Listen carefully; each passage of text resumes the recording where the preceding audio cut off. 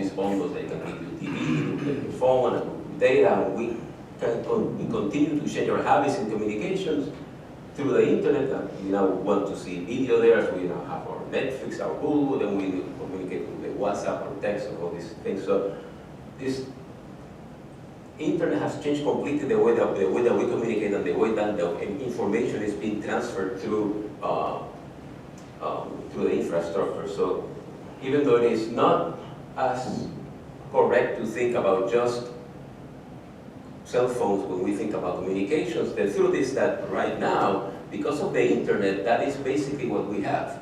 So you have all this data moving around, either through copper or fiber optic lines when you go from your house to the local point of presence of the phone company. You have microwave links that you can go from you by your cell phone to your to the point of presence, or in your house you have a microwave link that will go to your provider. You have optical fiber that will link the different point of presence to bring all this data moving back and forth, and microwave link that will move the data back and forth. And from Puerto Rico out, then you will have so many optical fibers that will go basically from San Juan to Florida. So you got all this data moving basically through some cables in San Juan that will go completely down to Florida and we'll talk about more. So communications is a huge industry in Puerto Rico. We're talking about $2 billion a year in income, in annual income.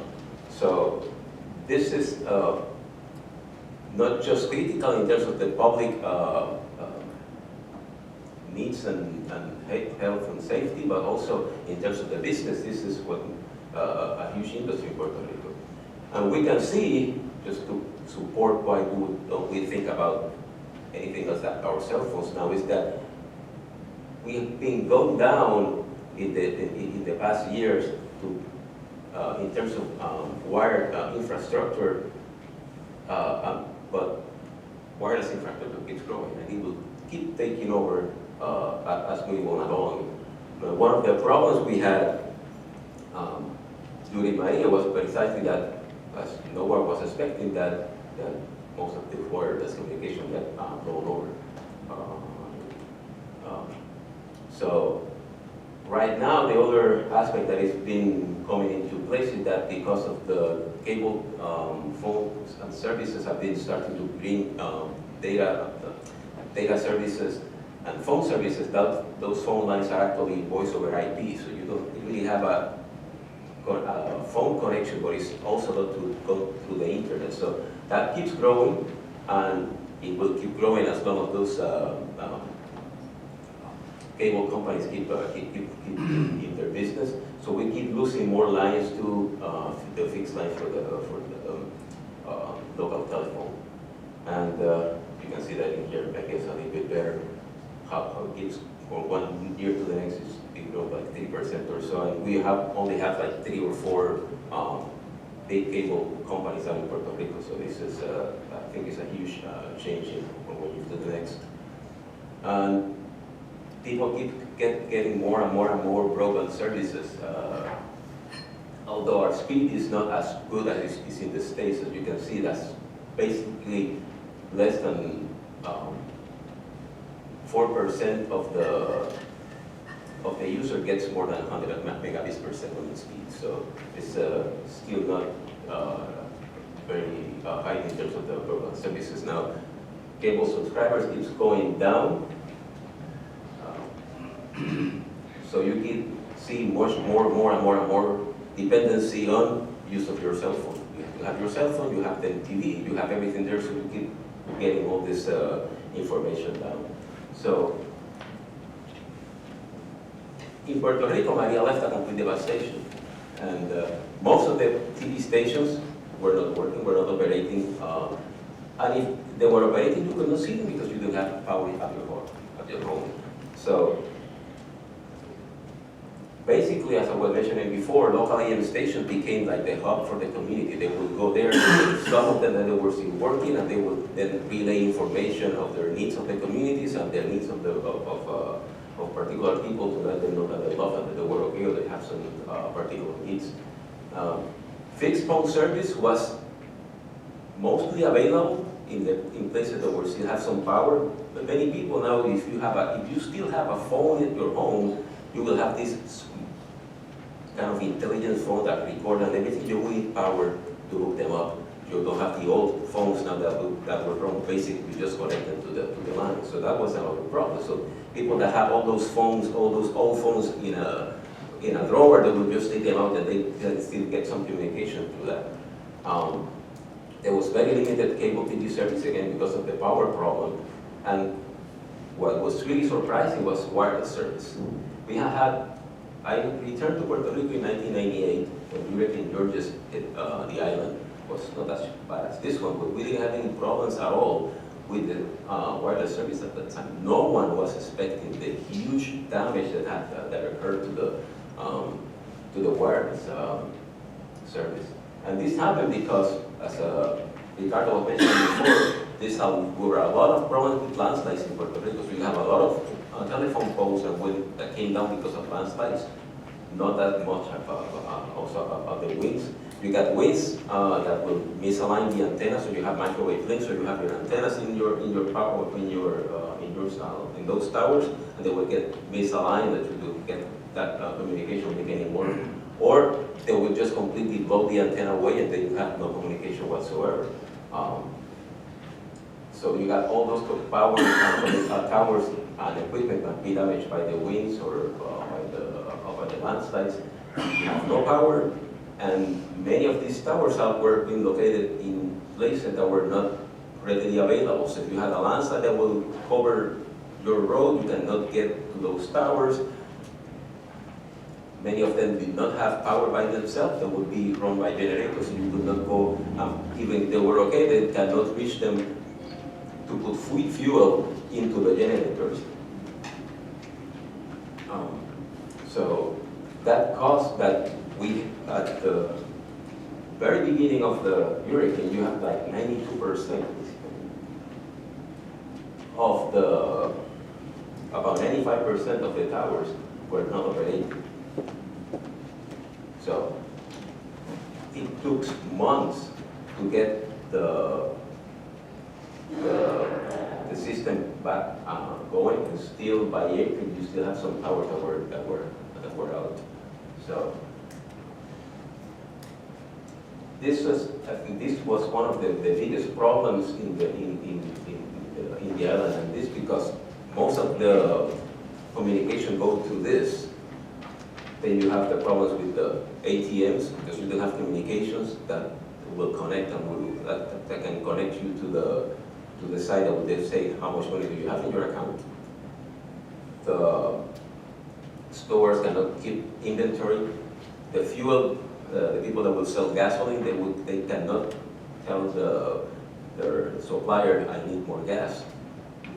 It means they have to rely in different ways to be able to get that information. So everything stopped because of that. I mean, even the government didn't have ways to communicate because they didn't even have sometimes satellite radio to communicate with each other. So these ways make a huge problem in terms of the logistics of moving of getting the emergency response to the places. So as I mentioned, it's one of the things, the first issues that you cannot communicate with your loved ones. I was by myself. I could not get to talk to my family in 2 weeks. I got out some information to them to let them know I was okay through one of our relatives, but I could not talk to my mother that lived about myself in 2 weeks or so. They didn't know anything about us. They were okay, but we cannot hear the voice. So you cannot get people to let them know that you have a situation, an emergency situation. We had a community just maybe half a kilometer from us that was completely isolated. They have to bring help to them through a helicopter because they were completely cut off. The coordination for the emergency management was inexistent because of the problems with the communication. So you cannot get your business moving because you don't have the information for the inventory. You cannot communicate to the employees because you don't know if they were okay or not. I was stuck in my house for 5 days. We could not get out to the main road. And my brother-in-law and his wife were staying with us at our house. And she was working of in another municipality because there was no way of communicating. The mayor of the town was saying that they had disappeared. They were looking for information for them because they said these people have disappeared. No one heard from them. They were with us, but no one knew it. All these electronic transactions cannot happen because you need all this information to go through somewhere, and then you got all this way of transmitting the information from one place to the other that is completely disrupted. So, what can we gather from all this? In the beginning, well, you know, most communications in Puerto Rico, as in the US, are privately owned. We have one kind of public service provider, is Prepanet, which is part of the power company. But this is regulated by the Puerto Rico Telecommunications Bureau. But what do we need to know to do to ensure that these companies ensure resiliency? Because now it's a problem that we don't have the control, because the government doesn't have the control of this system. There are private companies that will mostly depend on, that will think mostly about earnings. I mean, that they will get their money out of their investment they have done. So how can we ensure that this resiliency, maybe redundancy? Is there a way of this, we can, any regulatory board that can say, you know, you need to provide this minimum services in the event of a catastrophe like this? What are those minimum? What do we say is a minimum service that you need to guarantee to make things to keep moving? In terms of opportunity, we have some advanced technology that we can use to quickly establish services. Do we put those at some place at some point that is available so we can deploy them? Like, for example, right now we have this the new 5G systems. These might be able to opportunity to have very small cells and get communications in a smaller areas, but then you can get more people connected to the network. Fast deployments cells, like you put in balloons, like at some point Google or Facebook are saying that you can put these things up in the air, power that you can serve some communities in that way. The communications companies already have trucks that they will put at some point. They need to increase the capacity, or in terms of an emergency. So do we need to ask them, you need to have, how many of these you need to have in order that you can cover an emergency? And one thing that really worries me is that we only have one cable landing in San Juan. So what happens if that thing got cut off? Then we have no communications out of Puerto Rico whatsoever. I think that we still have one satellite station running, but I don't think it does work anymore. That was really old. It's used basically for long distance telephone calls. Because of the cable landings, it's not really economically feasible to read those things out. So it's been talked about putting maybe another cable landing in other places of the island, so there's some redundancy in that way. So what can we do? What can universities do to help? So what input can we give to this? What can we do to start researching to say to the regulatory boards, to the FCC, you know, this needs to be done to make sure that the companies are resilient in terms of in case of an emergency. Or we ask university to communicate with the telecommunication companies and let them know that this is not just a matter of public safety or public health. It's also your business. You are losing money if you cannot get the communication going through there. We can do research on this fast emergency network deployment methods, so we can then get more of these things out cheaper. Maybe DHS and DOD may have interest in this type of technologies, because when you have the Army go to a place, you want to deploy a network someplace very fast and get the communication, and then commercial service providers can take advantage of this. Then I think we should need to start pushing a discussion of what are these minimum level of service that this company needs to provide in terms of, on an emergency like this, and make this a part of the operating cost. I think that with this, we conclude that when we have a system where like our utilities are in private hands, and these are critical infrastructure, how do we now engage these private companies to make sure that they can ensure that we have the public health and safety are maintained, and they can invest in their resiliency. And I think we, as I said, can make a huge role in making this case in terms of the financial aspects for the industry, and also in terms of the public and health and safety. With this, end with you. Thank you very much.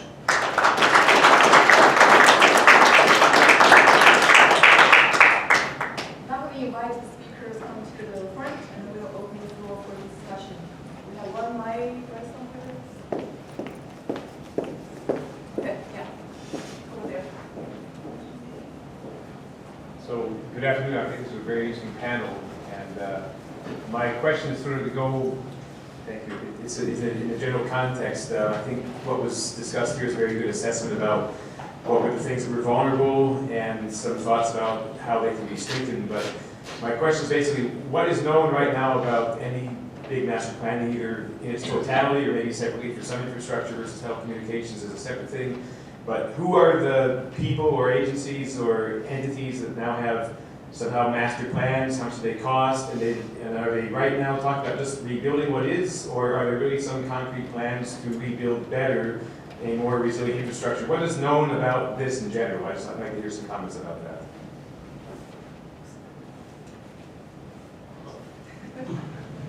I know very little about that. I know for the highways, the highway authority is been developing plans and is looking for money directly from the federal highway. But the FEMA money probably will go to improving the roads in the municipalities. And in terms of FEMA money for other government agencies, I know there's a lot of money that has been promised, but it has to go through the FEMA process. And they have a process right now where FEMA and the proposing agency together makes a cost estimate based on a proposal that is very rough, very preliminary, and that is being reviewed by a private company. And after that is approved, then the agency will get the money, and there is no change in the amount. So if they fall short, they need to get their own money to complete the project. If the project comes up more economical, then they can use the money for another project. But how much money is being invested and what are the plans, I don't have any details. Who's the private company that you're thinking of? RAN Corporation. Yeah. Perhaps I can comment on the power infrastructure. So in this category, there are some plans, concrete plans. It is called the Integrated Resource Plan. And so it has a number of phases. It's a public document now that's still under review, but soon to be approved. So the first phase is to rebuild as it was, and that's where it's about to end. Mostly funding, federal funding is going through that, if not all. And the next phase is to build for resiliency and sustainability, and that's the IRP. It has some very interesting plans. In a nutshell, 100% renewable by 2050, with an accelerated path towards there, mostly solar and storage, and Again, as I mentioned before, the regionalization of the grid, connected, interconnected at the same time, opening the generation and power distribution to the market, so private sector can propose to manage some of those grids if they build on resiliency. So now the bigger questions is how, I think Rafa mentioned something along those lines, how the regulatory agency, in this case the Bureau of Energy, will set guidelines for a high level of resiliency. So that's still unknown. And what kind of conditions we impose in those private-public investments as they refer. But I think in fairness, it's as detailed as it can be for that in the 2-year time frame. And I think it's very, very aggressive at this point, as the island needs to really rebuild soon. I guess in terms of the communication parts, it's basically communications company have been rebuilding what they had and trying to make some improvements. I know that, for example, AT&T is putting more fiber optic cables. They can add more capacity. If you want to now replace the cables you have, then you can replace with more fibers, and that would cost you the same as before. So it was an opportunity to get more capacity, but not necessarily more resilience. Interesting point. There is another agency, the Corps of Engineers, already have designs for improving, for trying to solve the flooding problem in most of the metropolitan area of San Juan. And they have a very ambitious project that already have destined the money to do it. And it includes even replacing something like replacing 3 bridges and fixing 12 others. So it's very ambitious. Thank you.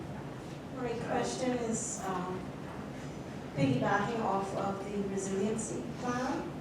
Do you know how far the researchers, scientists, engineers are on harnessing some of the power from the storms themselves?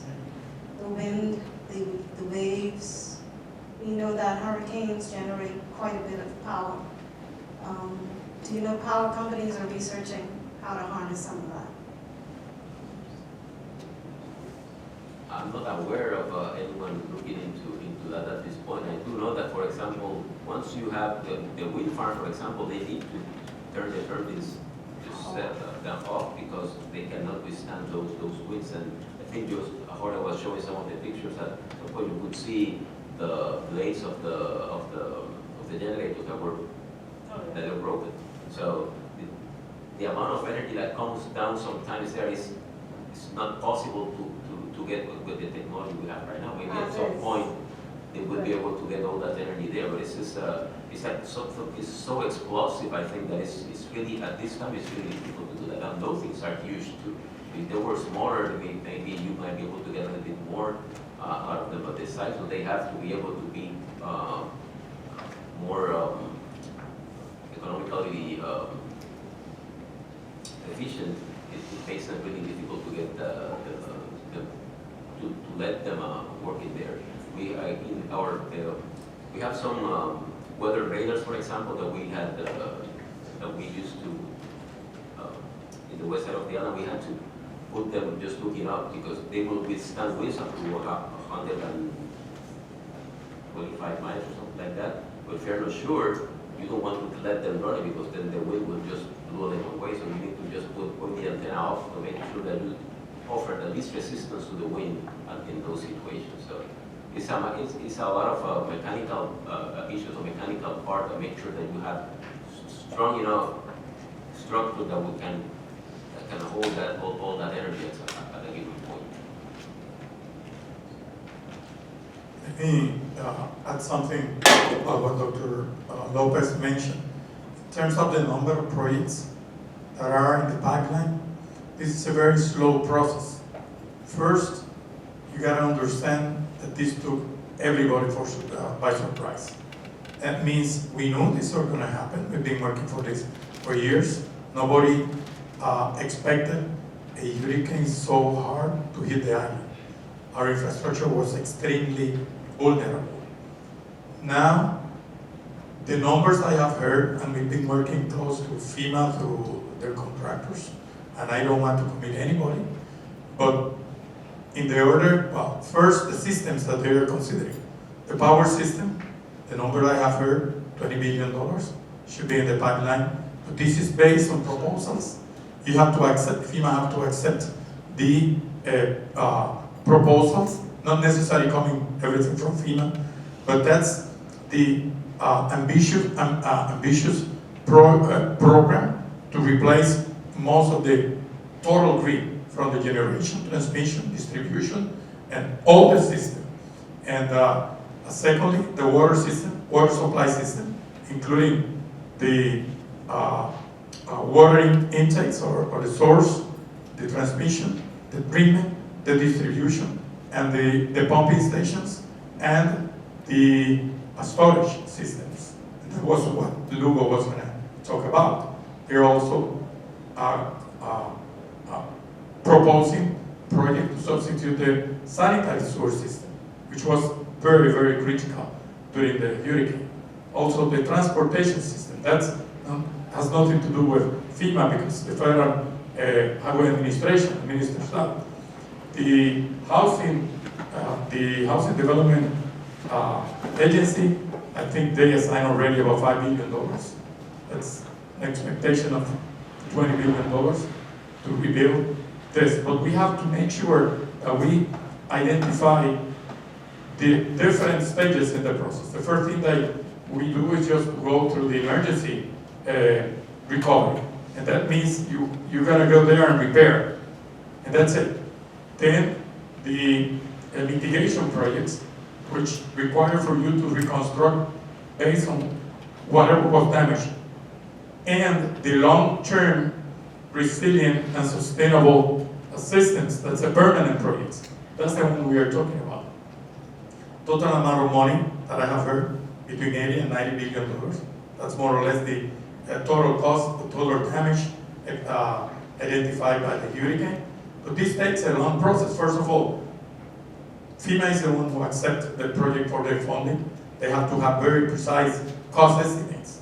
Costs have varied a lot. Last time we heard it's about 40% inflation rate in less than a year or a year and a half. And what we are doing is reevaluating the cost estimates and then validating costs.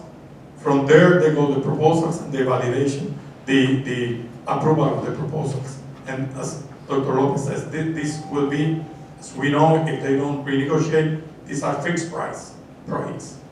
And of course, the government are the one, public projects are the one who are proposed, but who are gonna rebuild? Private companies. Let's say we have 100 companies in Puerto Rico. We might have 20 projects. That would be fine. Everybody would be betting on those and, proposing on those. What happens when we have 1,000 projects and 100 companies? Prices will go up. The number of projects we have heard, 3,000. In terms of the long-term reconstruction of Puerto Rico. Those numbers, things that I heard, I am not committing anybody, but we are close to what's happening around.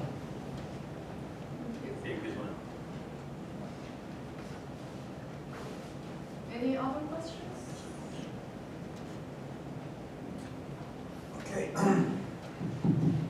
You had talked about earthquakes and those waves, those seismic sea waves and so forth. Are we prepared for that here? You mean here in Puerto Rico?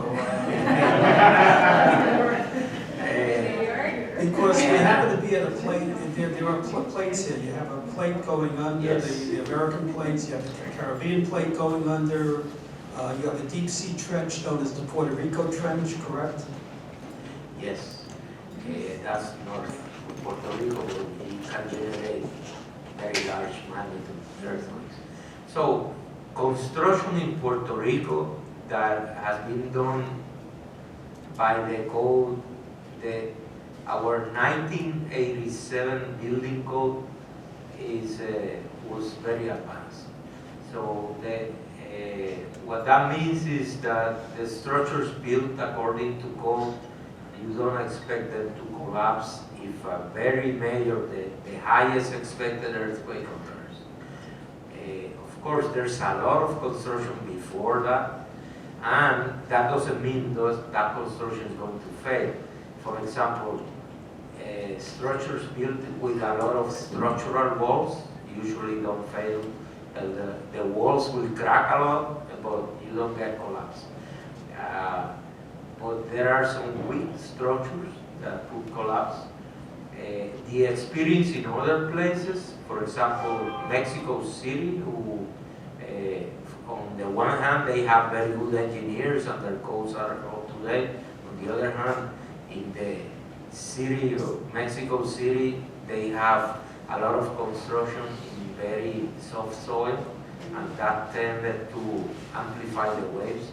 Then they had probably around 2 or 3% of the buildings between 5 and 20 stories collapsed, and that's because those were the most sensitive to the waves as amplified by the soil in there.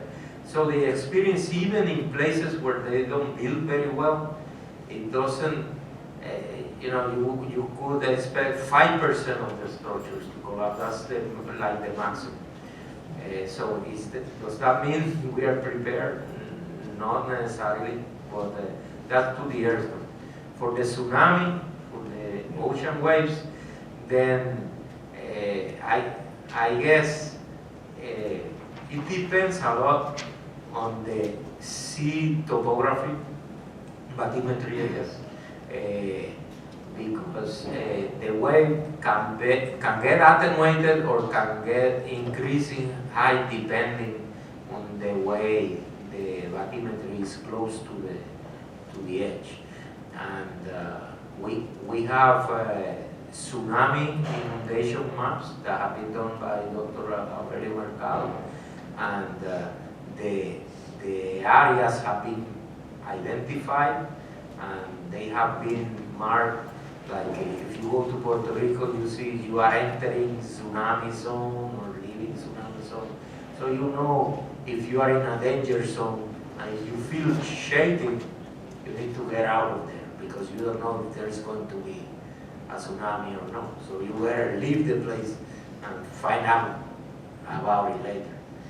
So that's about what we have. We have some alarms that I think got damaged, a lot of them, the tsunami alarms during the hurricane. So they are fixing some of them now. They are in charge of the seismic network, the geology department now, EPR Mayagüez. And also with these earthquakes, they can produce hill slope failures, right? Yes, they do. They can generate landslides, and those, it is impossible to design for those. The best thing is not to build so close to the edge.